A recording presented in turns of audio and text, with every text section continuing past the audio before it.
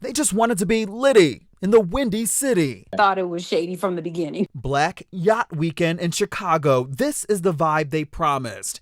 Instead, it just turned out to be a horrible nightmare. It's highly unorganized. The whole thing was a shit show. They say this woman collected tens of thousands of dollars to book boats for people. Then she canceled. It was too windy to sail. We are the people who were predominantly scammed by her. It's almost $1,000 that she owes me. A TSR exclusive. They're literally dragging me. This accused boat scammer sitting down with the Shade Room. The math isn't mathing. Where's the $55,000? I'm not a messed up person, Justin. I'm going to make it right by the people.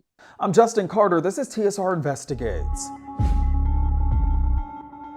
Before we get into it though, roommates, make sure you go ahead and like and subscribe to our YouTube channel. There, you're gonna find full and exclusive access to our TSR Investigate stories every single week, right here in the Shade Room. The concept, it sounds nice on paper, Black Yacht Weekend. It's advertised on their website as a floating party for Black boaters on Lake Michigan.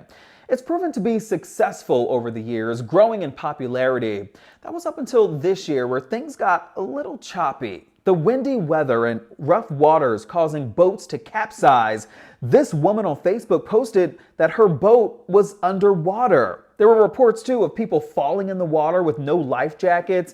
This woman, a popular Chicago hairstylist, even drowned after falling off of a boat at the Playpen near Navy Pier. It certainly was a rocky Juneteenth weekend, and it's proving to be a headache even still for dozens of people who reached out to the Shade Room, saying that Black Yacht Weekend was also a hotbed for scammers.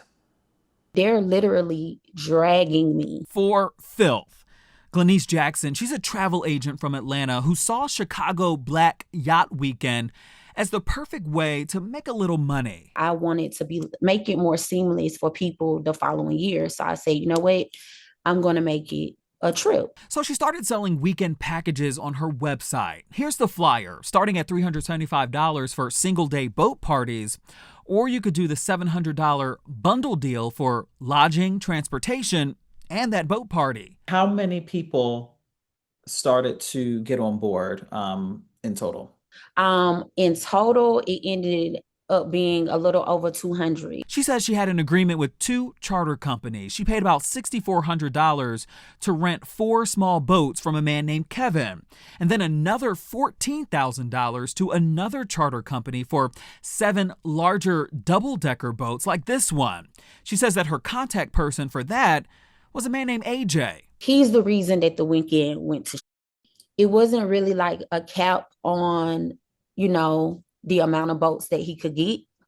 I felt comfortable doing business with him. He was always available. Basically, he was just like, everything is fully refundable. In the event that whatever World War III happened, you would get your refund. June 21st came, and as the tides turned, she got a text from AJ the morning of these excursions. Quote, "Hey, unfortunately, due to really bad wind conditions, the captains will not be taking their boats out.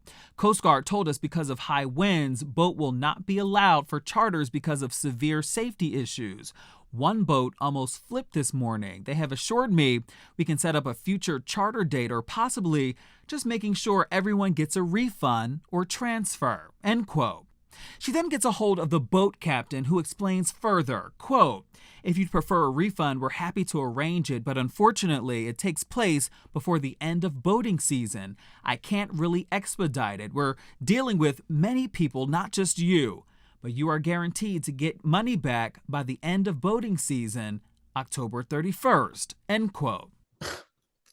A hot mess. By this point, she said she had dozens of anxious guests waiting near the dock in the blazing sun. Geneva Chapman from New York, she was one of them. She's frantic. You know what I'm saying? She has 200 people that she's supposed to be putting on a boat today. I can't even imagine what that's like. She goes back onto the dock and then she comes back out the gate and she's crying. So at that point, everybody's like, yo, like, please don't cry. Like, we know this is a lot on you.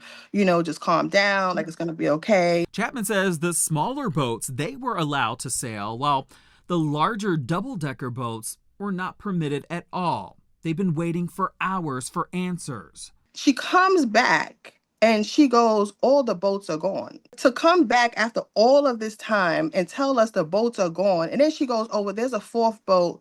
I'm trying to get it. And it's probably going to be another hour. This is 2.5 hours after you have people standing in the sun. Brittany Williams paid just under $1,000 for 2 boat party tickets. She said that she requested a refund as soon as Glenise stopped communicating with her that morning. I texted and I was like, hey, so, even if you guys go out today, I'm not interested. Can we just have our money back? And she never responded to that. And I haven't heard from her at all since. And that's why they called on TSR Investigates. We asked Glenise, where are the contract agreements with these charter companies? She told us they do exist, but we're still waiting for her to send them to us. That's something as a business owner you should have had. Exactly, for sure. I didn't do my complete due diligence, and I take full accountability for that. Let's talk about money.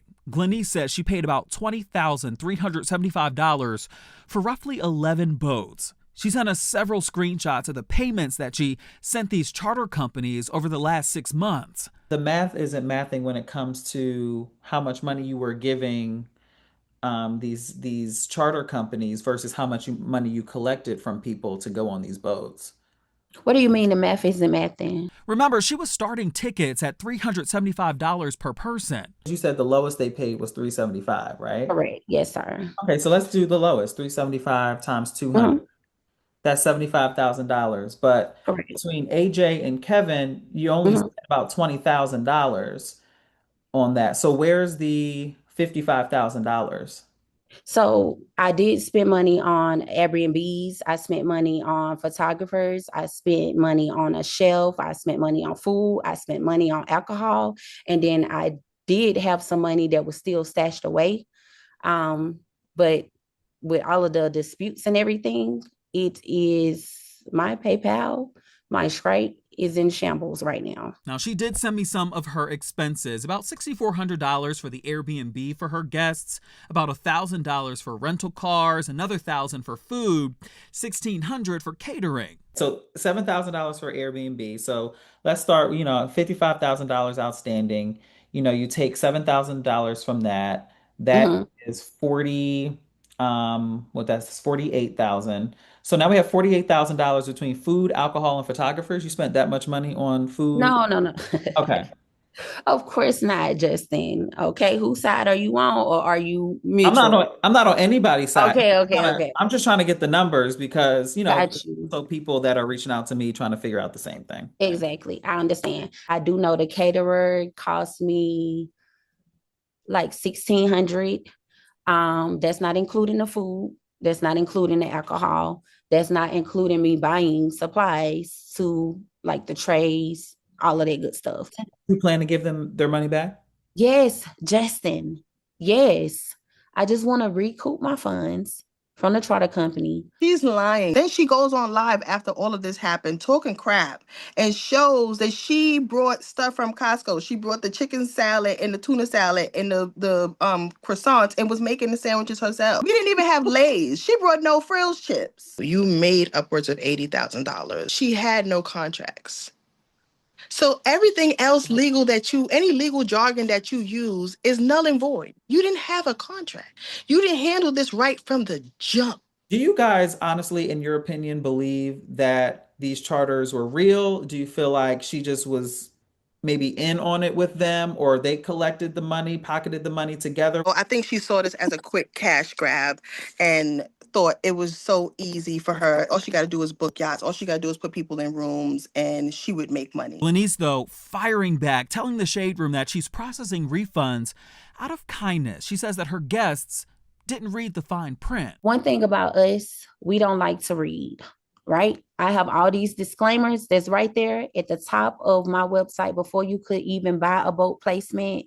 The very first thing was trip insurance. You offering insurance. Yes, I forgot about that. And you're part. not even licensed.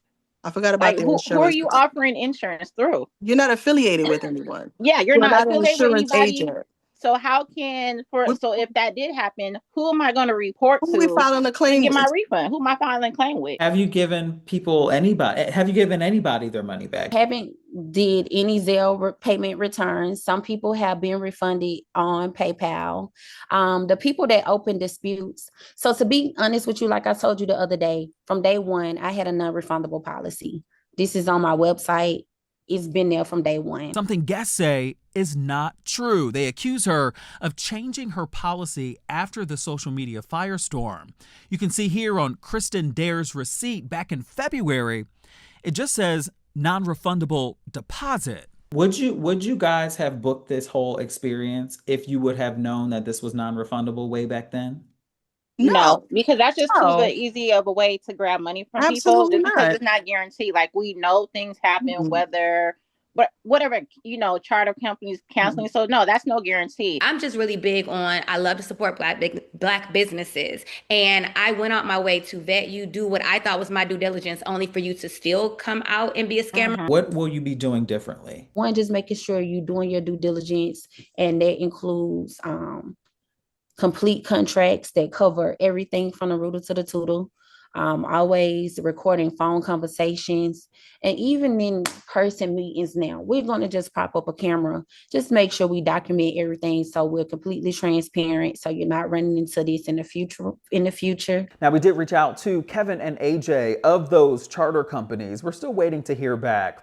But we did, however, hear back from Shaniqua Davis. She's the founder of Black Yacht Weekend. In a statement, she said in part, quote, that Jackson is not and has never been affiliated with Black Yacht Weekend in any official capacity. At no point has she been authorized to see, promote, or manage boat charters under the Black Yacht Weekend brand. We have been made aware that Ms. Jackson collected payments from attendees under the impression that she was providing boat charter services during Black Yacht Weekend 2025. To clarify, Black Yacht Weekend does not coordinate or collect payment for boat rentals or charter services. All charter arrangements are made independently between attendees and third-party providers. Glenise Jackson acted entirely outside of our event framework, and any representations she made were unauthorized and misleading, end quote. Now, Glenise, she refuted that, saying that she has been in contact with Black Yacht Weekend about brand affiliation since February, and they even promoted her on their social media at one point. She says all of that aside, her focus now is retaining that money that's owed to her and also repaying her guests the refunds that they are owed. Of course, we'll let you know what happens. For TSR Investigates, I'm Justin Carter.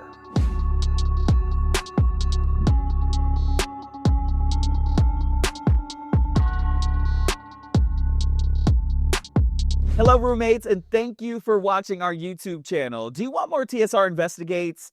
Be sure to subscribe and check us out at theshaderoom.com.